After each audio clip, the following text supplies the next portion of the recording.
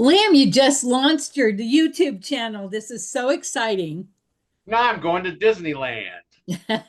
Tell us the name of your YouTube channel and what inspired you. Name of the YouTube channel is History Bro. And the reason I'm doing it is because it's possible to do something that is tied to what you've done your whole life. So, because I've been a history professor, got a PhD in English history, I am doing something on history. I really have a passion for helping adults to understand themselves and others through the lens of stories about history, because after all, history is our story. Most kids, like elementary school kids, have a curiosity. They want to know where they came from and how these things came to be. Most of them hit the wall when they get a teacher in school who just makes them memorize dates and tells them this is the way history happened and it isn't about them, it's about these famous people. And they just think it's boring and they say history's boring. So history's not boring at all. I hit the wall when I was a kid, and I was fortunate enough, or when I got to college, I took a history class that was required, and I had a professor who was like one in a million. I couldn't get enough of that class, and I was disappointed when it was over. He told the most incredible stories and made me want to be like him. Everything changed and history was exciting, and I found out that history is really the story of us. And that's what I'm passionate about, telling people, hey, this is our story. Come be part of our community on YouTube, because history is our story and we're going to discover elements of our story together as we talk about some of these things. When you're talking about our story, you also talk about men's book clubs and how it's so important for us to read our stories. Yeah, see, I'm passionate about that too, because men my age tend to rediscover history in some form. They like reading books about the founding fathers, like 1776, and they like reading stories about the Civil War, World War II. So it's kind of a military history thing. So I want to capture that energy and bring men together to do something they don't often do, which is read a book and discuss it together. And my first video was about 3 full-length history books that are compelling enough to excite men about reading and getting together to talk about it. My second video is, okay, you can't get the guys to read the long books. How about 3 short books that they can read the evening before and then come to the men's book club and discuss it? Because once you get men to a men's book club and they've read a book, then they're hooked. They want to talk about it.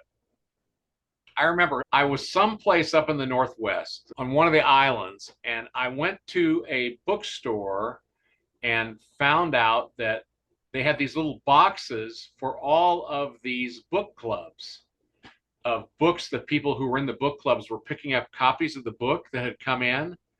And if they were in this certain book club, then they went to the box in the bookstore and they got their book out of the box. It was saved for them because they were in the book club. And I went to the woman who managed the store and I said, I'm really interested. What are your men's book clubs reading? And she looked at me and her jaw dropped and she said, we don't have any men's book clubs.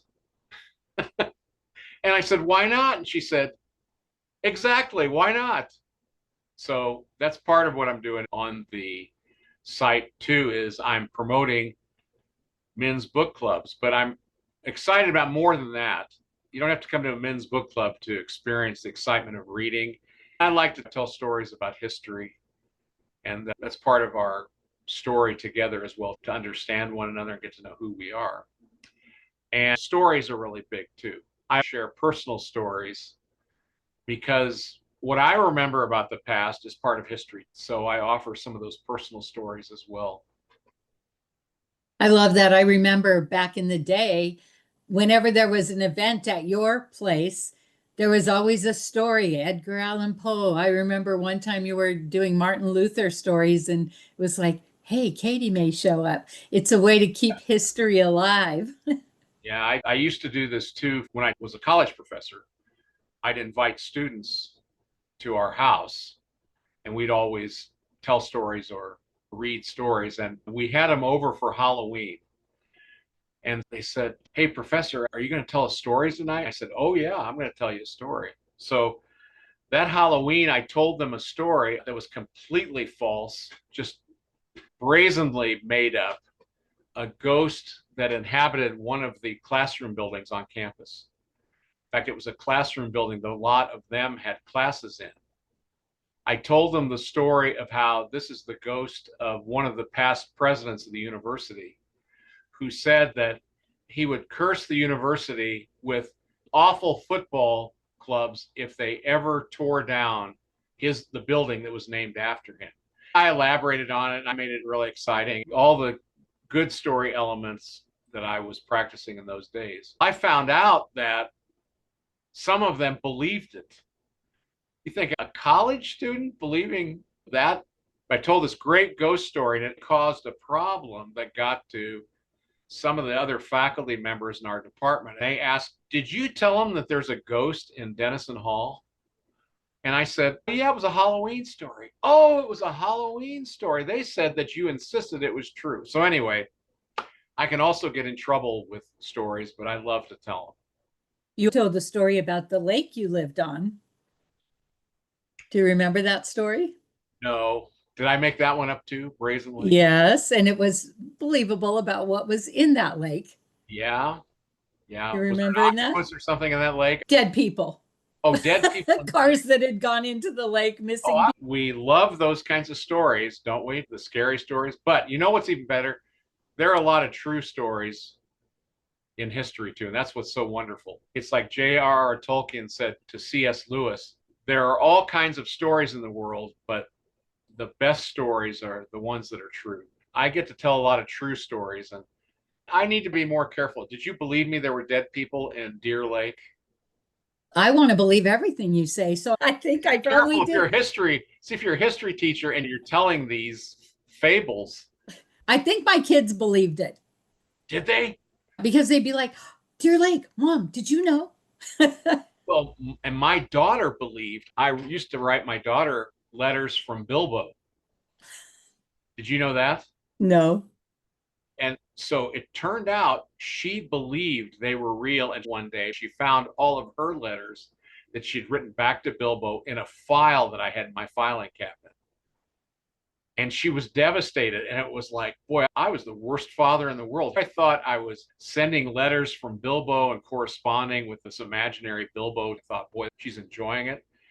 And then I guess I probably scarred her for life by the way she found out. Stories have always been big. We love ghost stories and love to tell true stories. And I grew up in a town that dripped with history. There were so many great stories of history about people in my town that had a big impact on me. Stories were a big deal, and I passed historical markers and fairy tale mansions and buildings named after famous people who actually lived there. Everywhere I went in the towns, there's some great stories from my hometown. I want to be able to tell those as well. If you want advice on books or hear some amazing stories, check out History Bros on YouTube with Liam. History Bro. Oh, History Bro. And it's not BROS like Dutch Bros. No, it's not like Dutch Bros. It's History Bro. History Bro on YouTube. I love it. I love your stuff too. Talk about your stuff. Okay. All my stories. Yeah. And I'll give you 5 minutes notice.